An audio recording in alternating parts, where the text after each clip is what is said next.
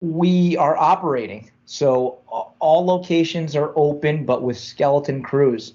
We've taken all of our support workers and moved them to remote. And that wasn't that hard for us because of the multi-plant site model and the fact that we used to have maquiladora in Mexico and we have a plant in Massachusetts. We've already been very progressive with our tech. So we just had to just ramp it up a bit. So we've got a lot of people working remotely.